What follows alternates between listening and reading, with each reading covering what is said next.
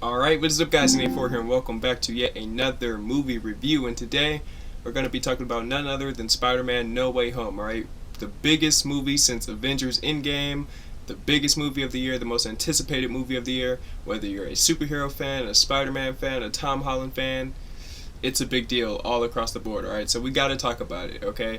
And I'm going to be giving you guys my thoughts, and we're going to do our typical formula, okay? We're just going to be talking about the overall vibe of the movie for the first half, and then I'm going to give an indicator, and then that's when we're going to start talking about spoilers, okay? So if you don't want to be spoiled anything, you don't want to hear anything, you want to experience it for yourself, I completely get that. So when I give the indicator, that's your time to leave and to just come back after you've seen the movie. But other than that, we're going to hop straight into it, man, because I have a lot to talk about. I've seen the movie 3 times now, and as you guys can see, I'm happy. I got a big smile on my face. It's a great time, and yeah, man. Let's hop straight into it, man, because we have lots and lots to talk about. Man, where do I even start with this one? Oh my goodness, where do I start? It was a great experience. Okay, probably the best movie experience I've ever had. When I saw this movie opening night, everyone in the entire theater was just cheering and clapping and yelling. It was a great time, alright? Overall, this movie was a roller coaster of emotions, okay? 1 minute you're laughing, the next you're crying, the next you're cheering, the next you're crying again. It's a little all over the place, okay? It's a little something for everyone. There's action, there's drama, there's romance, there's lots of fan service, there's a little bit of everything for everyone, okay? So if you're going into something that you have high expectations, you want this movie to succeed, it does, okay? So you will not be disappointed. I've seen the movie 3 times now, each time better than the last, okay? So this movie exceeded my expectations and then some, okay? Honestly, it's movie of the year, best superhero movie of the year. For a while for me it was Shang-Chi, but this movie blows Shang-Chi out of the water, okay? Honestly, it does. This movie, it's just a feel-good movie, man. It just has lots of fan service for the fans. It's something that we've all been waiting for what, like years now. So it's worth the wait. Let's just say that it's worth the wait. Okay.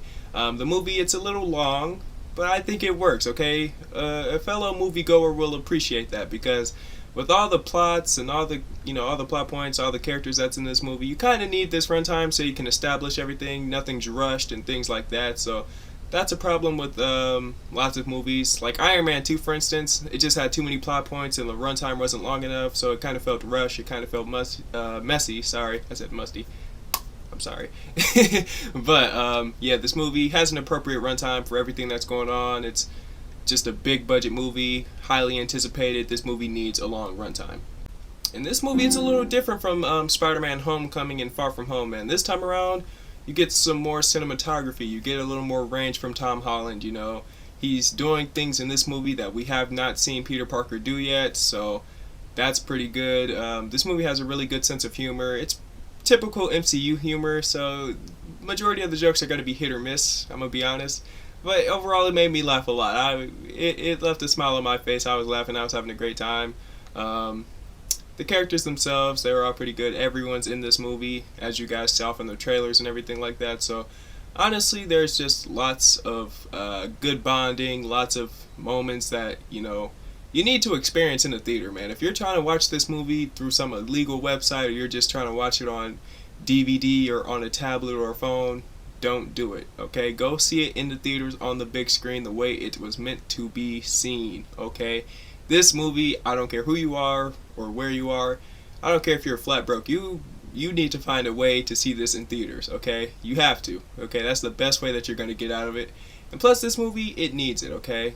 For this movie to succeed, for you guys wanting to see more Spider-Man, you guys want to see all these superhero movies continue to do well, you got to support these movies, man. You have to. So I think it was a pretty successful year for superhero movies, and this one is easily another exception. So I'm just overall happy, man. This movie, like I said, I've seen it 3 times now, so obviously I enjoyed it, and I hope that you guys take my word for it, man, because this movie, it was live, okay, from beginning to end. All right, I don't think there was ever a dull moment. As long as you're actually paying attention and you're actually intrigued and everything like that, then I think that there's lots of fun to be had here. But, ladies and gentlemen, as of right now, there's a lot of debating going on about what's the best Spider-Man movie up to date. Is it Spider-Man No Way Home? Is it Spider-Man 2? Is it Spider-Man Into the Spider-Verse? So let me know what you guys think about that, man. Let me know what your favorite is and why. And don't spoil anything, man. So if you have seen this movie and you want to comment down below, let me know what your favorite is and why. But if it is this one, let me know, like, why, but don't spoil anything, alright? Just don't, okay? But I think that's a great time to go into spoiler territory. Alright, so up to right now, we haven't said anything. Alright, so if you want to go and experience the movie for yourself and then come back, you can. But as of right now, we're going into spoiler territory. So if you don't want to hear anything about the movie, leave right now. 3, 2, 1, let's do it. Okay, so the thing I love about this movie is everyone and their mothers are in this movie, okay? You got Doctor Strange, you got Wong, you got Doc Ock, Green Goblin, Electro, Sandman, Lizard. It's live, okay? Even freaking Matt Murdock himself, Charlie Cox, the Netflix version of Daredevil, is in this movie, and it's live, okay? I cannot stress this enough, bro. I can't even speak. I'm that happy, okay? Because I did an episode of Norman Talks maybe like a week or two ago talking about this topic of about Daredevil returning, and they said that he was going to return for a future project, but we didn't know what it was. But I guess that's it. I guess he's in this one now. Maybe he might come back for another season of Daredevil, or seasons, hopefully. We'll see. Maybe he gets his own movie. Who knows? But as of right now, Charlie Cox is back and better than ever, okay? It was a little brief cameo, but it was live. And the villains, they're pretty good. Personally, I felt like they were just a little too comedic at times. Just a little bit. Like, if you go back and rewatch the old Spider-Man movies, you're like, they weren't this jokey, not jokey, this comedic, this humorous, I guess. So that was one of my problems with it. The humor for the villain seemed just a little bit tad bit forced. And another problem I had with it was I felt like Sandman and the Lizard didn't really have that much to contribute to the movie, aside from them be like, I was a Spider-Man villain at one time, I'm here. But other than that, they didn't really do anything. And another thing I really liked about this movie was none of it felt really forced. I mean, some of the humor did a little bit, but as for like character building, it all felt very genuine and fluid. Like Doctor Strange, for instance. I know some of you guys don't really like the Spider-Man films because they rely on other people. Like Spider-Man Homecoming kind of relied on Iron Man, Spider-Man Far From Home kind of relied on Nick Fury, and now this one kind of relies on Doctor Strange. But even though Doctor Strange is in the movie, it doesn't feel like he gets too much screen time. It doesn't seem like the plot is just simply centered around him 24/7, which I like. So there's that. Peter's relationship with May and MJ and Ned, it all feels very genuine and very, wholesome. So I really like that as well.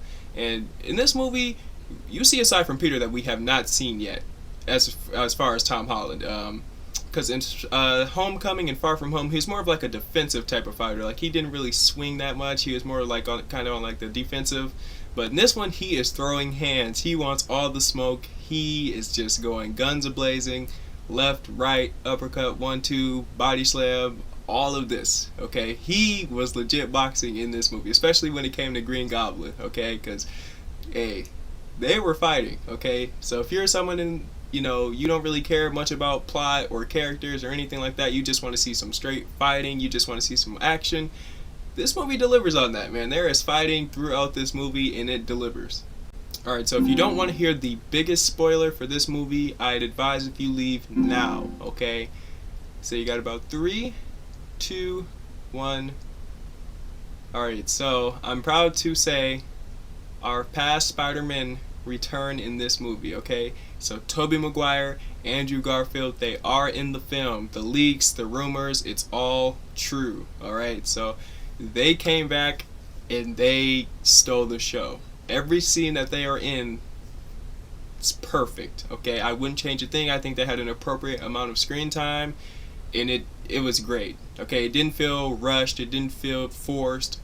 all of their interactions, it felt very genuine, it felt very fluent, it felt very just, oh man, I'm sorry, I'm too happy, okay?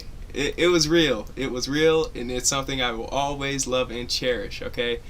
Um, it was just a great time. They both look really good. They still do the thing, okay? So I'm glad to say that they are in the film, and it's just a great time. They talk about their movies, like some of their past, experiences and stuff like that. They're comparing each other, talking about their webbing, talking about some of their past villains, talking about their relationships and stuff like that. And it's a good time, okay? So a lot of people, we had to go back and we had to rewatch, the first Sam Raimi trilogy, and we had to watch the Amazing Spider-Man 1 and 2, and I'm glad that I did, because I actually caught all the references that they bring back for this movie, and it was really cool. It was really dope, man. Getting to see them back on the big screen, it was live. And as of right now, I'm not saying it's a fact, but from what I'm seeing online, there's lots of rumors about, Sony bringing Andrew Garfield back for more films. Hopefully he does, man, because he might have, I think he might have been the highlight for this movie, at least for me. I think he had like the best lines and the best dialogue out of Andrew, Tom, and Toby. I think he had probably the best lines and the best deliveries in the movie, but that's just my opinion. I'm not saying he's the best Spider-Man or anything like that. I'm just saying, as of the movie itself, I think he probably had the best moments. Also, there are a post-credit scene and an end-credit scene. So I guess I'll just tell you guys now, since I pretty much spoiled the rest. So the post-credit scene, it's pretty much Eddie Brock, Venom, from Venom Let There Be Carnage. We seen them a few months ago, and it's pretty much just, Eddie trying to find answers. He's talking about the Avengers, talking about Spider-Man. He's trying to figure things out. Because there was also a post-credit scene for that movie as well, where he sees Tom Holland on the TV, his identity got revealed and everything like that, so it's all tying in. And there's a freaking post-credit scene, an end-credit scene, sorry. It's not really much of anything, it's kind of just a trailer for Doctor Strange 2. So I guess in a way it is something, but it's not really like what you'd expect. It's literally just a trailer. But if you like Doctor Strange, check it out, man. It's a good trailer. I enjoyed it. It's kind of weird to think that his first movie came out in 2017. Now it's basically 2022 in a few days. So he's just now getting his movie. So it's alright. But man, this movie was live. I had like a few problems with it, a few little hiccups. But this movie overall was perfect. So I'd give it a 9 out of 10, man. Enjoyable, lots of fan service, lots of great moments. I loved it. I'd watch it 1,000 more times, man. But hopefully you guys drop a like on this video, share, and subscribe if you're new. I'm in A4 and I'm out.